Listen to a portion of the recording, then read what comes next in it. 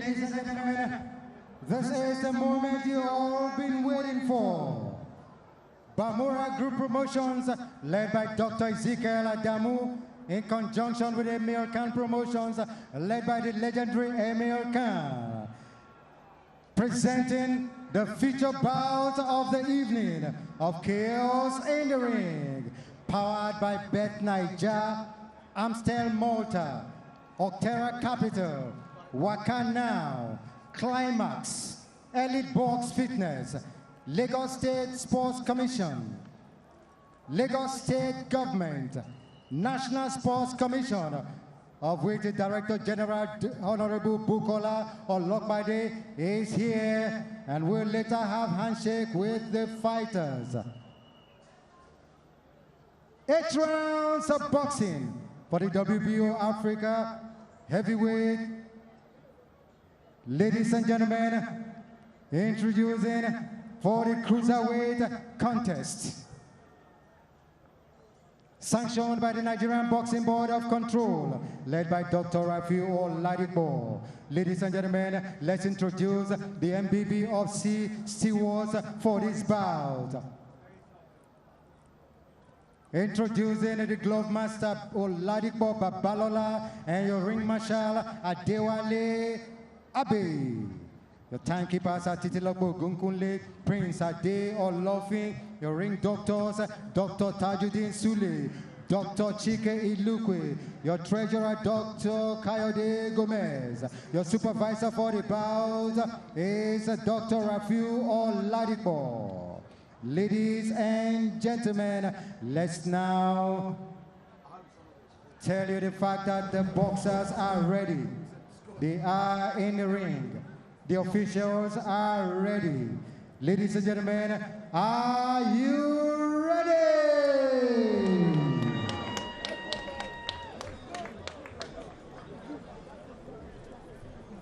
Fight fans, if you are ready, for those in attendance and the thousands watching around the world on DAZN, it's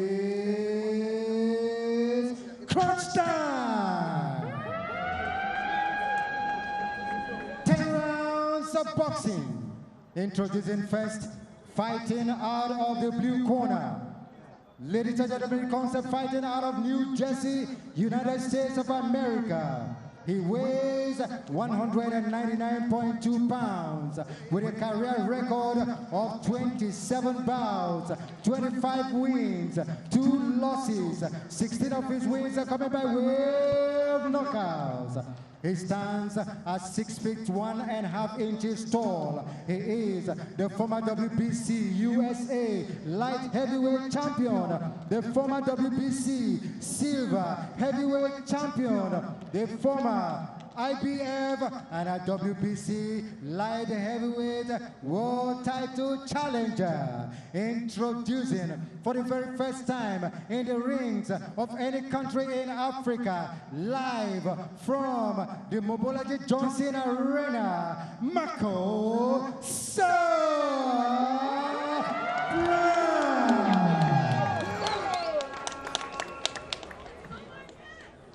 And introducing his opponent, fighting out of the red corner, comes in clad in black trunks. He comes fighting out of Newman, Georgia, United States of America. He weighs 199.6 pounds with a career record of 23 fights, 20 wins, 3 losses. 17 of his 20 wins coming by way of knockouts. He stands at 6 feet tall, the former WBO Global Cruiserweight Champion, the former WBO International Cruiserweight Champion, Brandon Bullet Bro Glanton. And the referee comes forward to give instructions to the fighters.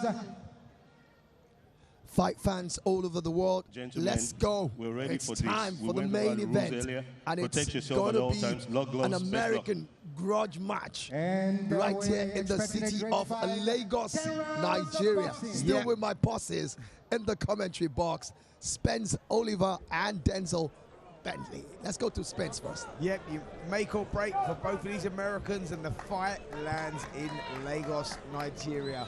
What an opportunity for both of these guys at this stages of their careers, looking to relight the flame, get back into world title contention. A win does that for here, and for the loser, it's a tough road back. Yeah, most definitely. Neither men can afford to lose. They don't like each other neither, so it's genuinely bad blood. So, I mean, I saw the build-up, I'm watching the build-up, and they just do not get along. I mean, I don't think they'll be friends after this fight neither, which is going to make for an even more interesting fight, because they're fighting just bad blood, and we all love that, to be honest, in boxing. Yeah, but we still want them to, you know, have the spirit of sportsmanship afterwards. You know, whoever wins, good luck to that person. Well, do you know what? I think they get that spirit, and I'll tell you why. Because it's such a gladiatorial sport that only these two guys are ever going to share this moment, and they're doing it in Nigeria. Now, whilst the fight is going on, that you gain that respect that you didn't know you'd have. Because, like I say, it's a moment that only these two guys are going to share, and so all the hate that they built up is because they're trying to, or they want to win the fight. And I think once that's gone, you know, it's a moment they've only got, and that's where you get that respect. Absolutely. And just for our fight fans all over the world watching everywhere on the zone worldwide, just the man who calls himself the Bulletproof is in the black trunks, and that's of course Brandon Glanton. And then, of course, the one who reversed himself as, I think he's been knighted by the King of England. He calls himself Sir. And we're talking about Marcus Browne. Yeah, it looks like Brandon is really taking this thing serious. He ain't joking about it, because he's coming out from his corner.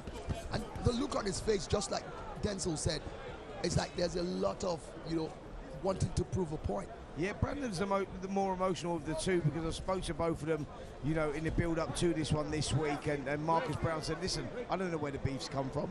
Maybe that's Brandon Glanton trying to build that beef up to get himself up for the fight. Yeah. I don't know where it's come from. Brandon Glanton maybe have took it a little bit more personally, and he started that way by taking center of the ring, and he's really loading up with all those shots. But then he done that when he boxed Chris Billam-Smith at Tottenham Hotspur Stadium last time out, losing on points. But he was, you know, he was having some tough times against Billam-Smith. But what he showed me was that he can weather those storms and he can come through those tough times. So this is a great, great fight.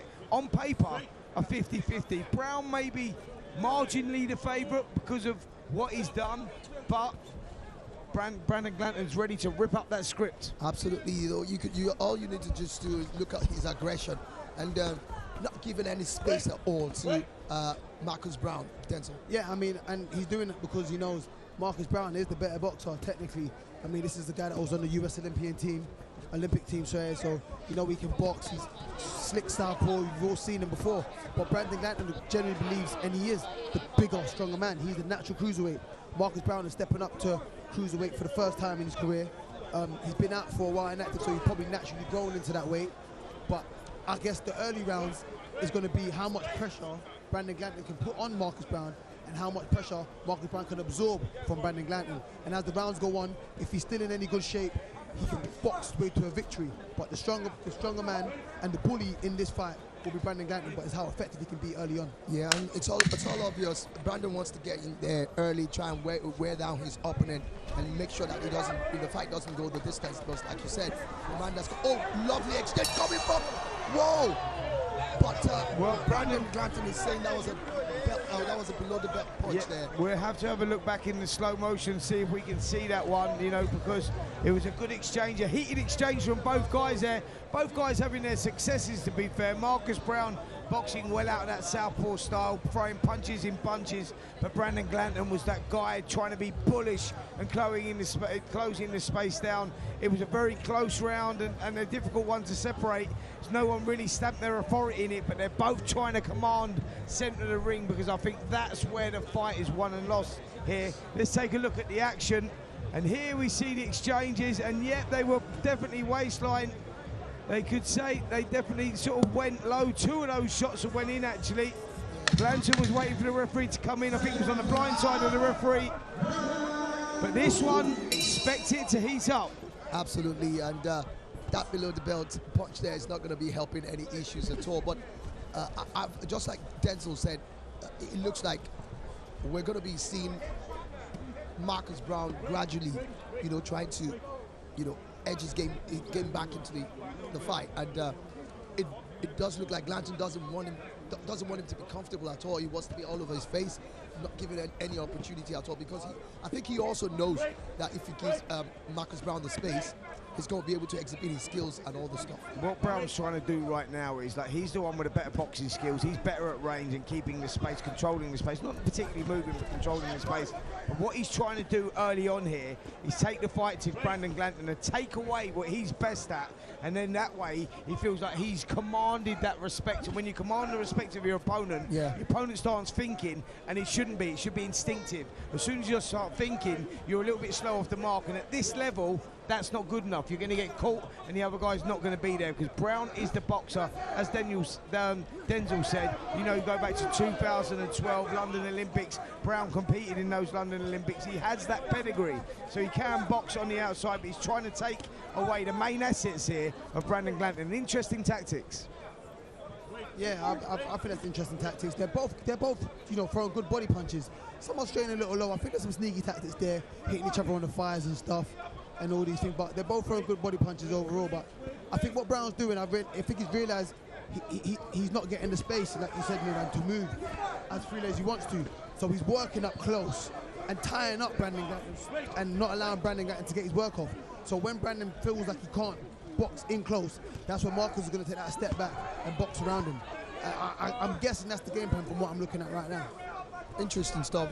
Two different boxers. Oh, lovely right jab there, but doesn't seem to face Browne, who seems to have a very good chin on himself there. And he's not taking it as, like we said, emotional as Glanton is doing it. And you see those heavy body punches just coming right in between the rib there. Yeah. Very, very painful. I'm sure you could tell us more about that, Denzel. Yeah, I mean, those shots hurt and they take its toll. I mean, as the round goes on, they take the gas out of you and you start slowing down. Brandon Glanton's boxing with a lot of pressure. He's using a lot of strength, and that could also take a lot of air away from him, because he's trying too hard. He's being very tense. Plus them body shots. I'll be surprised if he can keep this pressure on moving forward. But also Browne, finding some sneaky shots on the inside. Yeah, impressive stuff here from Browne, working off the ropes, covering up, taking his time, staying nice and relaxed, like you say.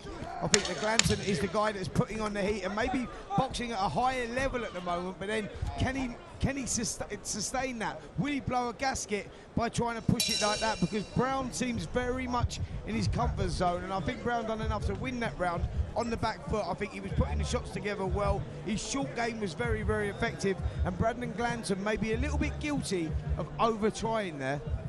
He is. He's guilty of overtrying. I think he's coming there emotional. He's coming off a loss, so he doesn't want to lose back to back.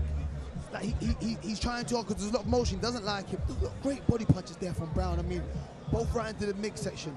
And Browne is so comfortable in his position because he's fought the higher level of opposition. Been in there with Beterbiev, been in there with Jean Pascal, been in there with a lot of guys. You know what I'm saying? Like, an Olympian. So he's got the more experience, which is why he's so relaxed under pressure. He's seen this style before. I mean, you fight Artur Beterbiev, sorry. I mean, just before the Bivol fight, it's 100% knockout ratio. Only man to knock him out, and he put up a good fight there. So this isn't going to faze him at all. Yeah, absolutely, because he's going to.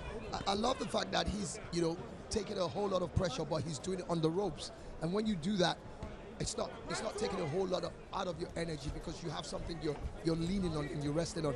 And I've seen a few situations in the first two rounds where, at the early stage you see Brandon Glanton come into it very strong, but he doesn't seem to finish the rounds very strongly, but he's coming up strong this time. Look who's burning up all the energy here. Brandon Glanton's a guy that's pushing, he's hustling, he's trying to do that. And look how relaxed Marcus Browne is on the ropes. He's doing that peekaboo style, shoulder roll, he's throwing the shots in. But look, that's relaxed stuff.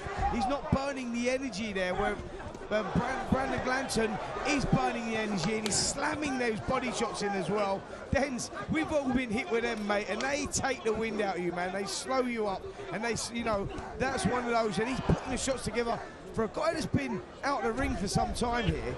Browne's boxing brilliantly. He's boxing well, like I said earlier. He's soaked up the pressure, but when he comes up with these shots, he throws in 2s and 3s. He doesn't just throw single shots and sit there. He goes head and body, he switches the attack, so you don't really know where to defend unless you're just defending generically, just cover up everything.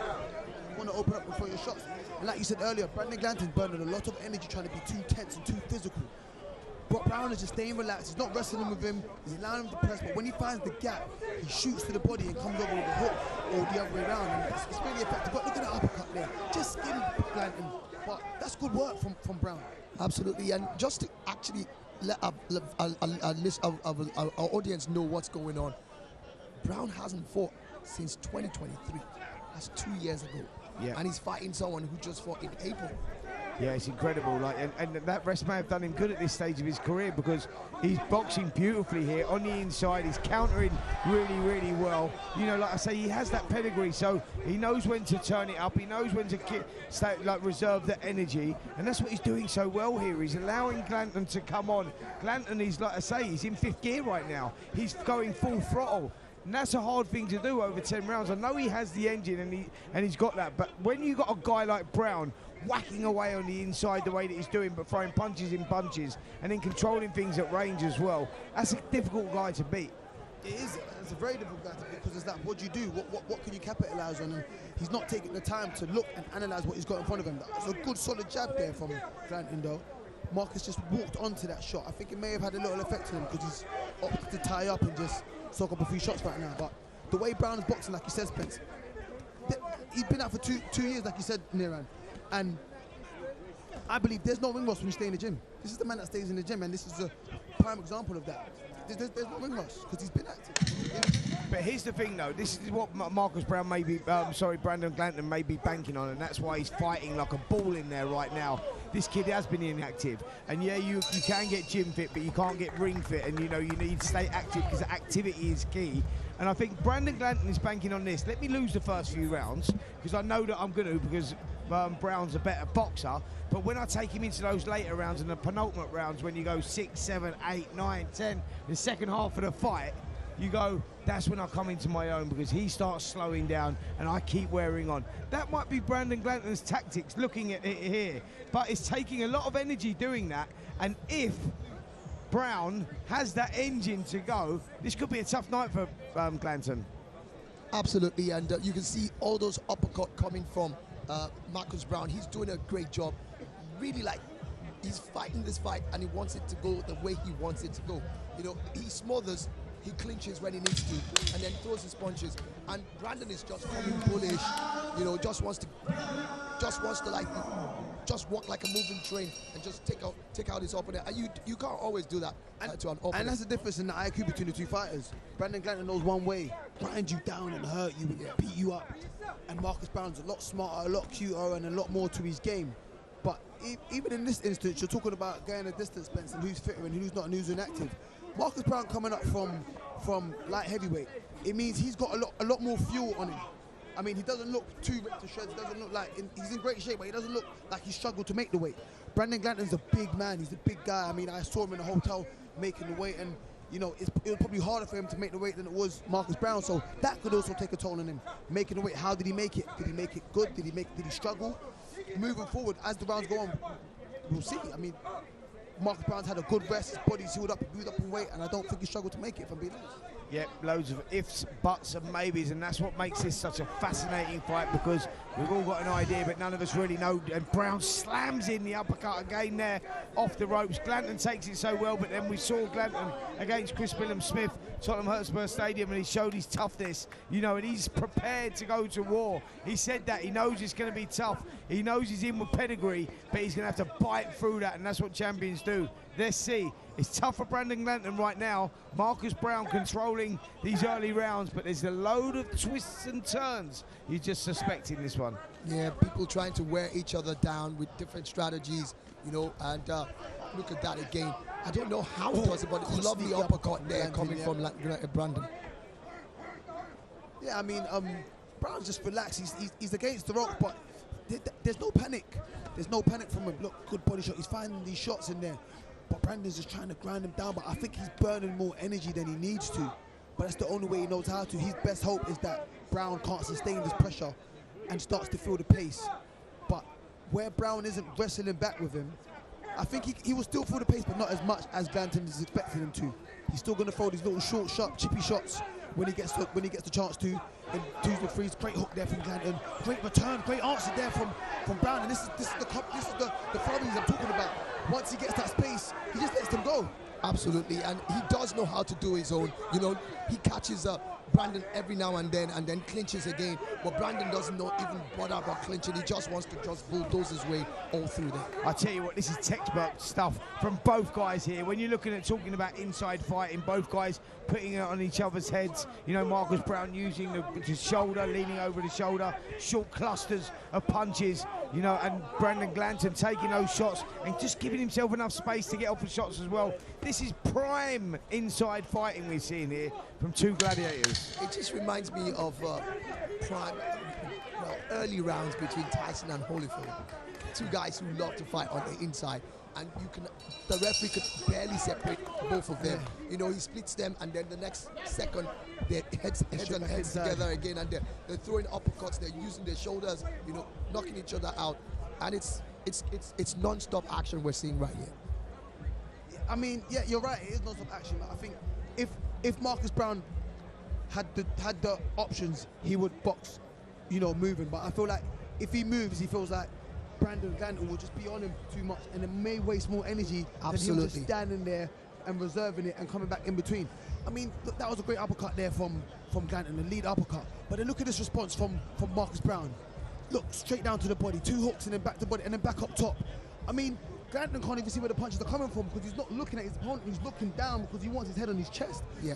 That's another thing he's got to look out for, and that's why he's so open to these uppercuts. Yeah, great breakdown there, and you look at a round that was close, and I'm looking at you, Denz, and I'm looking at you as well, and I'm going, what way are we going here, Iran? Are we going for Brandon Glanton? Do we go for Browne? And Denzel Bentley breaks it down, and you watch the slow-mos, and you go, yep, it's just Browne just nicking the rounds through the clusters of punches in bunches and the cleaner work, and Brandon Glanton, yeah, it is a big effort, but Browne may be just nicking in these opening rounds, and that could be crucial when you get into that second half of the fight. Yeah, we are definitely halfway through the fight. It's a 10-round contest, round 5 it is, and I have a feeling that Browne's got some, you know, rabbit to pull out of the hat when we get to round 6 and 7. I think he's going to start doing the movement thing because he knows at that time Glanton, that's a massive. See, this is where Browne's got to be careful. When he is opting to move, his chin comes up a little bit, and that's what Glanton wants him to do. I think Glanton wants him to move, and he's going to come sweeping hooks over the top. He just caught him there, you know, going around. Oh, another great hook there from Glanton. This is that's below the belt. That was low. Yeah, that was another dirty shot there, because I tell you, like, Glanton was getting momentum. He landed a huge right hand before that one. The short left hook in there as well. And you know, you look at the guys now, and Glanton still looks fresh as a daisy. Is Marcus Browne just starting to feel the pace a little bit here? We're going to see, because Glanton's going to be in his face. It's going to be interesting in the second half of the fight. That's what we said it was. Once again, he lunges forward with good exchanges and is catching Marcus Browne. Yeah, good work again, and I'll tell you what, I don't know if Browne's sort of just starting to unravel a little bit in this round. The fitness could be the issue now, because, you know, like we said, he's not fought for 2 years, and after a while, I think that's what, like you said, that was a leg punch. Referee had called for a break, and then, of course, Browne, Marcus landing, and Glanton landing another left hook there, a right hook there. Yeah, Browne happy to hold now as well. There's been a massive turn here in the 5th round. Marcus Browne may be doing enough to nick the early rounds, but there's definite round here for Brandon Glanton. Absolutely. Who's really applying the pressure, and for the first time in the contest, Marcus Browne looking to tie in the inside, and Denzel, we're not seeing those clusters of punches anymore, and we're not seeing them silky, classy moves, and maybe he's getting drawn into that dogfight, and that's where Glanton likes to be. Yeah, I think this is Glanton's best round.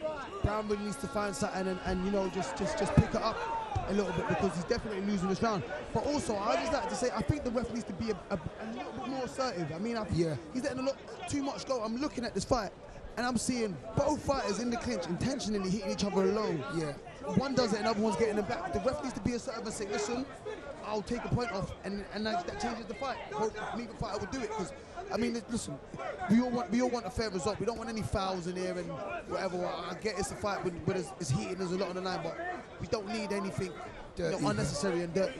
Yeah, especially with the heads as well. If you take a look at when they get close to each other, they swing in their heads in a way that it looks like the other one is trying to make sure that somebody gets a cut or something. So they need to keep it clean. No matter what, you might want to play on the inside.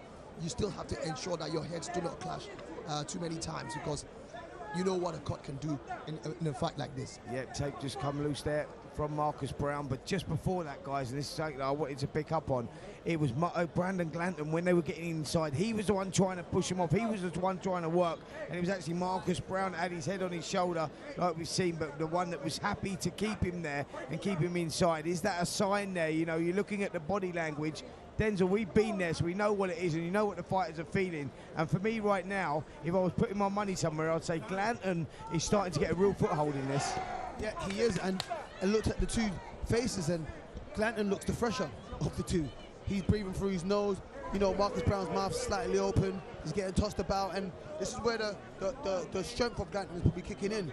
He is, like I said, he's a big, strong man. He's a unit, so another shot coming in from Glanton as Marcus just comes in. But he's the stronger man, and you know, that pressure and his physicality is probably taking a toll on Marcus Browne now. Maybe he needs a round to just suck it up. Took the turn from Browne on the bell, but that's still a Glanton round for me. Yeah, still a Brandon Glanton round, and then of course Marcus Browne tried to come in, but I think it was a bit too late. Left it a bit too late there. A good combination, but I'm not sure whether that's going to win him that round. No, definitely not. I think Browne, yeah, he had to do something there, because I think the momentum was all with Glanton. Here's some of the action in the round. Glanton pushing forward. There's them short hooks where he was getting the success, and the uppercuts on the inside as well. Low blow again there from Browne, and is that a sign of tiredness as well and desperation? He's been around the block a long time, Marcus Browne, boxed at the highest level. You know how to nick a breather. Little dirty shot underneath, try and put the elbow in. That's enough for the referee to jump in and give you a warning, but not a public warning. But there was some good work from both guys there, but for me, Glanton and cleaner work. Yeah, no, definitely the cleaner work. His aggression is finally paying off. You know, Marcus Browne is feeling the pace here. You know, early it was working for him, but listen, there's only so much of that you can take of someone of that weight that's naturally a cruiserweight, just sitting in your chest and beating at your body for so long. I mean, early I thought Browne had the better body work, and I think Browne needs to get back to this movement, the movement of the head and just slipping and sliding, and you know, making Glanton chase him about a little bit before going back to what he was doing earlier and sitting on the ropes and returning in between. Some of these shots are straight low. The referee needs to get a hold of them and just...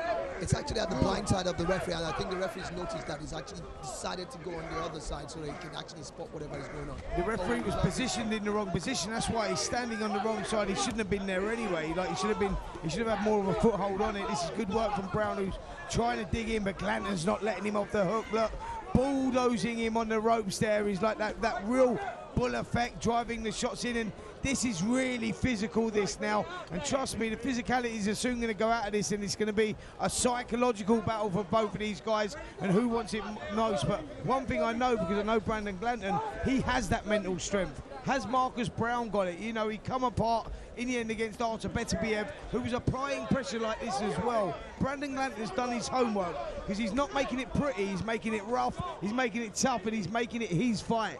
Absolutely, and it's working for him. At the start, like you said, it wasn't looking like, I mean, Browne was able to pick him out, but right now he seems to be getting on the ascendancy, and you can see him, you know, lean his head onto the chest and throw some, you know, bolo shots across on the top, and they seem to be connected.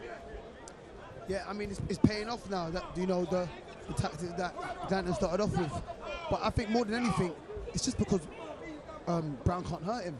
He can't hurt him. I mean, he threw the flurries, he threw all the shots, and Glanton's just been walking through them. So the fact he knows he can't hurt him, he's just not going to back off. He's going to keep steaming forward. And two big uppercuts there coming from Browne. But like you said, still don't hurt Glanton, and still, you know, relentless. Keep forging forward. But I think it's time for Browne to change tactics. Yeah, He needs to start moving around, stick and jab, and just get on with. Yeah, he needs to throw short, sharp flurries and get to moving. Oh, great shot there from Browne, but Glanton comes straight back and this is good. This part from Glanton. I think he's hurt Browne. He's hurt Browne there. Browne's. I tell you what, Brandon Glanton won't be denied here. He took a couple of shots and one of them stung him. You saw his leg stiffen and he bit down on his gum shield, come back and had Browne in all sorts of trouble. Fantastic action here in the 6th round, but Brandon Glanton is a man on a mission, a man that won't be denied right now. He will not be denied. He wants this victory more than anything right now, and you can see that. Great uppercuts in there. You know, the body language, he stuck to his tactics and he's keeping that pressure on him. And he can feel Browne fading. That's 3 uppercuts in a row. Wow, what a round. I think he was saved by the belt there. I think he was saved by the belt there. Those 3 consecutive uppercuts were really good. They were making their mark on Browne, and he was lucky. I think it's time. He can't keep staying on the ropes, because look at it from the playback. It's now looking like Glanton has already found the key, and he knows how to keep resting, smothering a Browne, and then throwing those uppercuts and those bolo shots.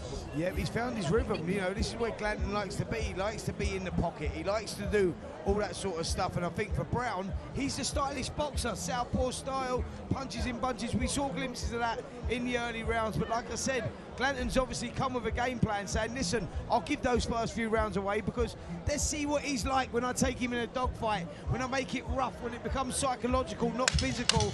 And, well, the physical side is coming from Glanton as well, but he's making a psychological game, and the eye now is swelling. Is there a cut of Marcus Browne as well? Things not going his way. And you can see, it's over. Absolutely over. And they've retired in the corner. Brandon Glanton gets the victory.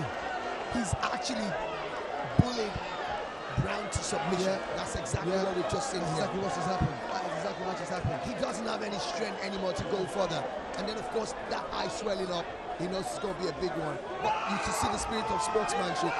We thought that this man was going to be animated. And see what it means to him. That was a brilliant win there from Brandon Glanton, beating Marcus Browne, who was, a former top fighter, and taking nothing away from Glanton. He stole Marcus Browne's soul there. That's what happened. Marcus Browne knew the fight was leaving him. We saw it, a dramatic turnaround from round 5, where you go, hold on a minute, is Browne just slowing down a little bit here? Round 6 was a really tough round for Browne, and Browne knew when he was coming out, this kid's not going to be denied. I'm taking unnecessary punishment that's only going to get tougher. He stole the man's soul there, and he done what he had to do. That was a brilliant performance from Brandon Glanton, and I tell you what, he puts himself in the world title picture now. Big fights on the horizon, career kept alive. Where does Marcus Browne go now? He's going to have some serious words with himself and have to ask himself some serious questions. Well done, Brandon Glanton. I mean, I think Marcus Browne just needs to, take a step back. He's been out the ring 2 years. Just, build himself back, build himself into a real cruiserweight, and he can get back, he can get the ball rolling. I think he's a good fighter, but Brandon Glanton definitely has to move on now, put himself in that conversation for, world title, contention and all these things. And it just comes to my attention, the bad blood between these two came from back in 2019 when Marcus Browne was preparing for Jean Pascal. I think he brought Brandon Glanton into camp, and they clashed really bad. And I think since then, Glanton's been holding feelings and has wanted this fight since then. Wait, I don't get it. Glanton was meant to be his sparring partner. He was a sparring partner for Marcus Browne back in 2019. Why would you want to take against out Pascal? Your fighter, who's getting ready for another fight? Yeah, I mean, possibly they were different stages of their career, and I spoke to Brandon about this. He was doing it for the experience, because Marcus Browne was the world-class operator who was boxing for the world titles in Montreal against Jean Pascal. So he saw it as a huge opportunity to learn something, and he went in there to learn from a guy that he respected and got disrespected. And I think that's where the bad blood comes from. Browne said he'd never done that, but Brandon Glanton since 2019 has always held that grudge. Wow, what a way to get the grudge back though, eh? Out here, Lagos, Nigeria, and getting a 6th round stoppage or retirement on the stall at the end of the 6th round. Nah, I think it's still early. Come on, Spence. Brilliant performance. It's still 27 years old, Marcus Browne. Funny enough, he's actually younger. Yeah. He's actually younger than Brandon Glanton, who's actually 33, 6 years in between the two of them. Oh, absolutely. Listen, all I'm saying is at this stage of his career, because of what he's achieved, he's got to ask himself serious questions, because the way the fight ended. Look, Denzel Bentley's a fighter. You go, look, I'm not going out on my stall, mate. I'm going out on my shield. That is where it is. And when you go out on your stall, that's when the fight is leaving a fighter. And, you know, it happens at different stages of guys. Some guys go on to 40 and some guys are finished by the time they're 25. This depends on the individual, the human. And what I saw there with Marcus Browne was not the Marcus Browne that I know and I've seen in the past.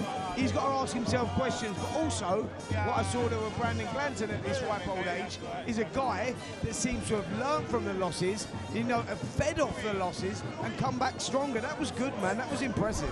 Absolutely, and you can see both of them, the spirit of respect and, of course, sportsmanship there, Denzel. Yeah, like you said, you want to see some sportsmanship after the fight, and we're getting it here now. But like Spencer said, I mean, only these two can share this experience. There's a newfound respect for someone when you share the ring with them in a fight. We're beating each other up in there.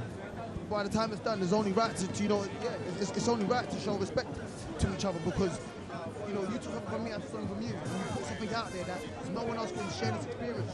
So it's only right you show respect, just as a fighter, as a warrior, just as a man to man, fighter to fighter. You go, you know what?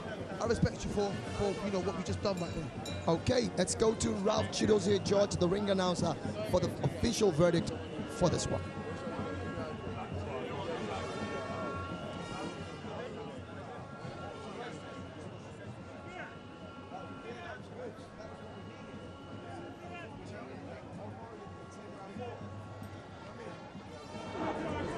Ladies and gentlemen, this bout was scheduled for 10 rounds, but came to an end when the blue corner retired.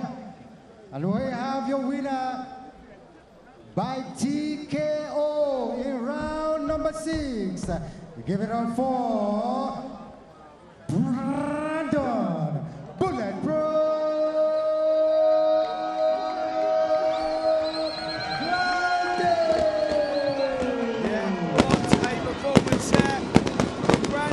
He keeps his career alive. The fireworks